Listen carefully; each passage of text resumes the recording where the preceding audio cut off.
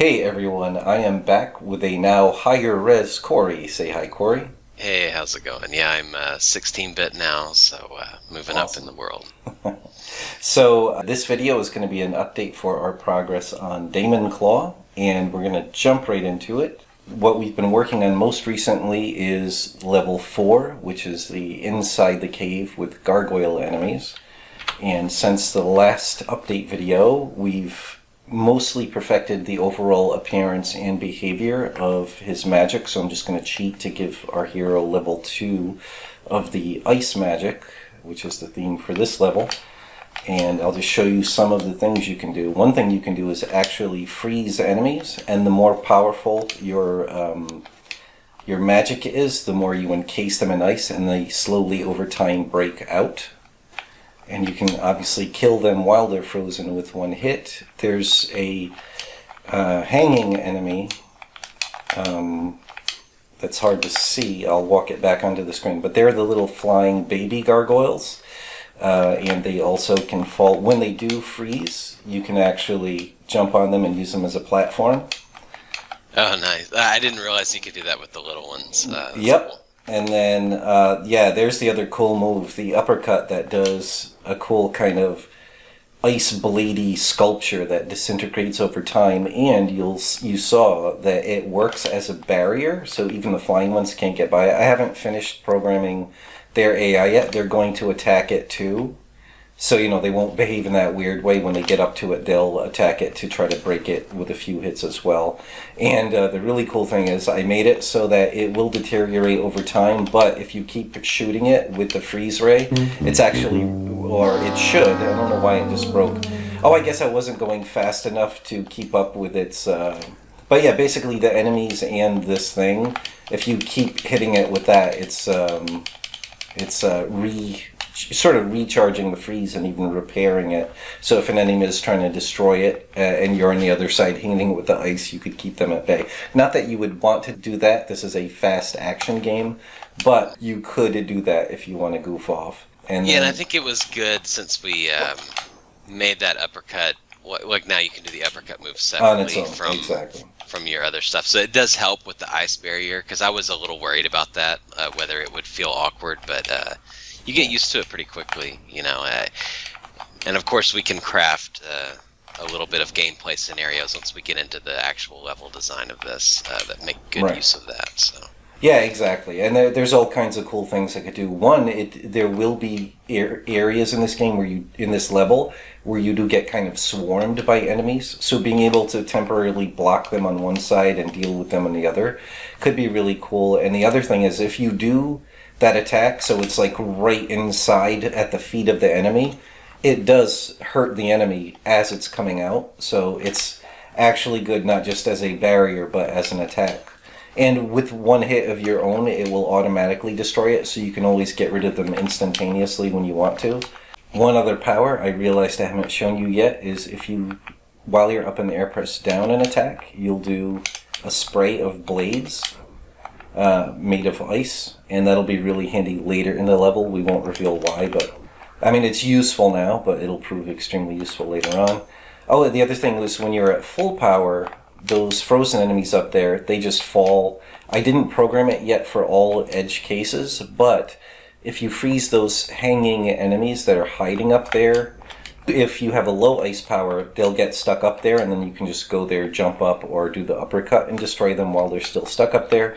But if you're at full power, they fall and immediately shatter. But if there's another enemy passing by under there that gets hit, it'll actually damage that enemy too. So that's pretty cool stuff.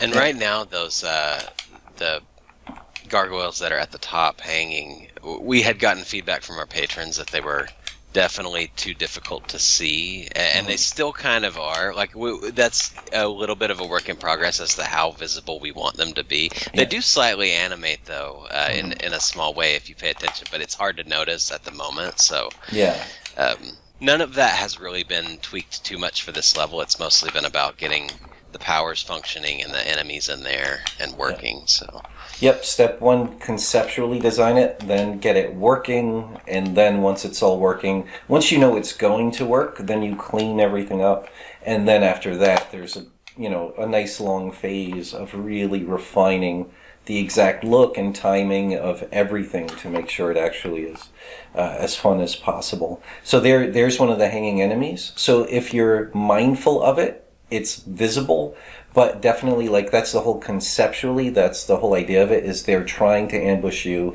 This is an instinctual thing they do, to camouflage themselves as like stalactites, Right, and then yeah. try to ambush you.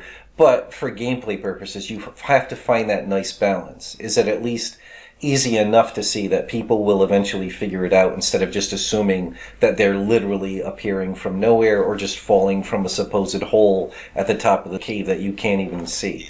So you have to Yeah, find yeah. that balance, and we've not yet. Because and part of it's too because you move quickly in this game, so like, it's just going to be easy to not see those guys. They Exactly. share the same palette as the environment, so we'll see. But Yeah. and maybe the movement frame they do needs to be a little more obvious, or we'll Right. get there. But yeah, otherwise, and there's that last minute spit and polish, so to speak, where it would be really nice when you do shoot the things to refreeze them, if it did kind of like a white shine effect on it to really let you know that hitting it again with the freeze ray had an effect. There's still a few bugs. I don't know if you noticed when I was explaining initially, when I froze the gargoyle and then kept hitting him with the freeze thing, it didn't show that he was at a new level of frozen until he did that Right. little shake. So that's a mistake, obviously, as soon as you hit him with the ice a second time. If it added enough freezing effect to bring him up to that next visually distinct level of frozen, it should have immediately updated. It should not have waited until he did that little shake on breaking out thing. So there's little bugs like that, but the important thing is, visually, sound effect wise, design wise, it's all looking and playing quite well, and it's just a matter of doing that last minute refining as we go. So aside from that, there's some other cool stuff that's been happening. Unfortunately, in the process of importing Corey's new latest art for this whole cave environment, I didn't notice that the far background layer is a little too low now, so I'll be fixing that shortly.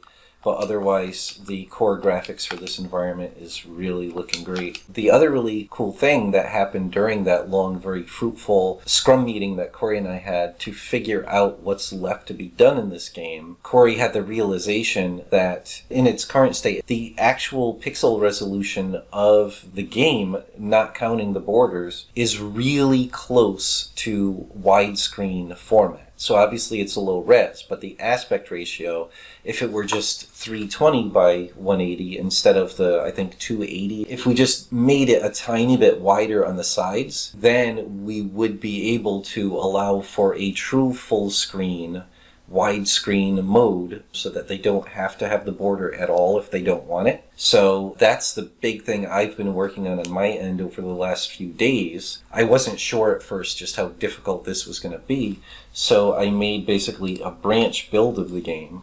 Right now, everything is just assigned to hotkeys. It's not built into the menu system where you can choose different options yet, so it just forces it into the borderless full screen mode. But I needed to do that all as quickly as possible just to prove that it can be done without any technical glitches and stuff like that.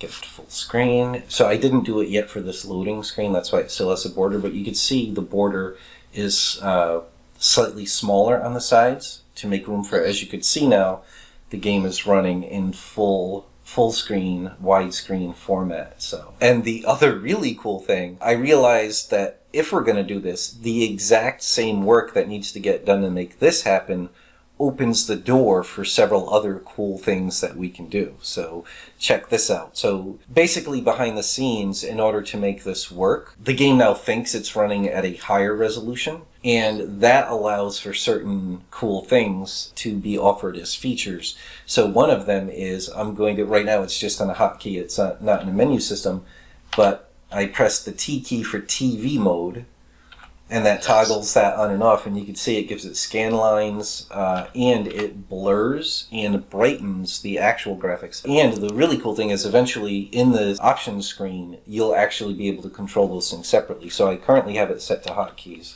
So the first thing is the level of blurriness. So this this is like the first level of blurriness, and then second and third. This is all arbitrary right now. You might not be able to see the difference in screen share, Corey, as I toggle I through can them. a little bit, yeah, Okay. yeah. But yeah, so and we could go as far and or of as course subtle. these can be tweaked. Exactly. You know, not only do we want to offer options for that sort of thing, but like just it's got to be perfected. This is new stuff as far as the build of the game. But yeah, it's pretty neat that we can. I've always felt that the more display options people have, the better generally. Yep. So yeah. Yep, Corey and I are two hardcore pixel artists, so for us, we really love being able to see every pixel crystal clear.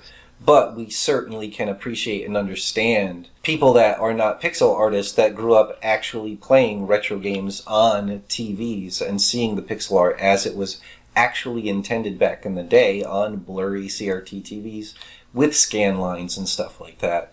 That can help give you the full nostalgic experience, even if you're not playing on a real CRT monitor. So you'll actually be able to really fine-tune that and just save that as the default TV setting that you can then toggle off and on whenever you want to. And then this is the brightness, so that's a much hotter, brighter TV. And then the same thing with there's no scan lines, half translucency scan lines, and fully opaque scan lines. But again, all of these things will be on sliders, so you'll really be able to tweak it. And then the last thing I realized that we could even do. And to do this, I would want to upscale the game to full 1080p. But the other cool thing that we could do is, what was it? I put it on the F key for fisheye. But if you see me toggling, so you know how CRT monitors were actually warped? Yeah. So I should be able to perfect this, and we should even be able to have a little slider for if you want it a little bit fish-eyed looking to really mimic a CRT monitor. So, and yeah, I got it to work so far with the intro cinematic, the splash screen, and level 1. I haven't yet updated the other levels to work with it, but as you can see, that's all functioning quite nicely. So still a lot of work to get it all tied in and add the new menu systems and get it to save your preferred default settings, but we think this will be just really nice added value for people that really, we're making retro games, so the more we can give people that real, as legit a retro an experience as they want, and now in full screen, which is fantastic. Right. So that's what we've been working on DaemonClaw.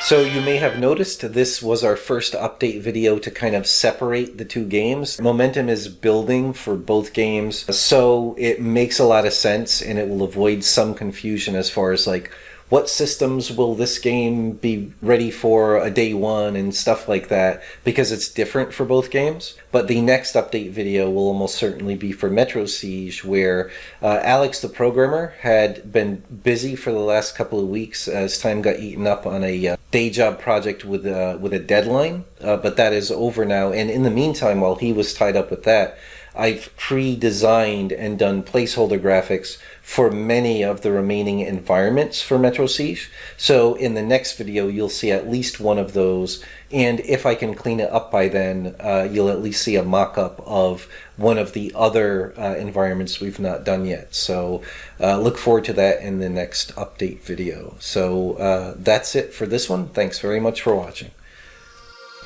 If you enjoy our content and want to keep up to date on our games, please leave a like and subscribe. Also, if you want to support our projects, consider becoming a patron. The link's in the description, and we'll see you soon.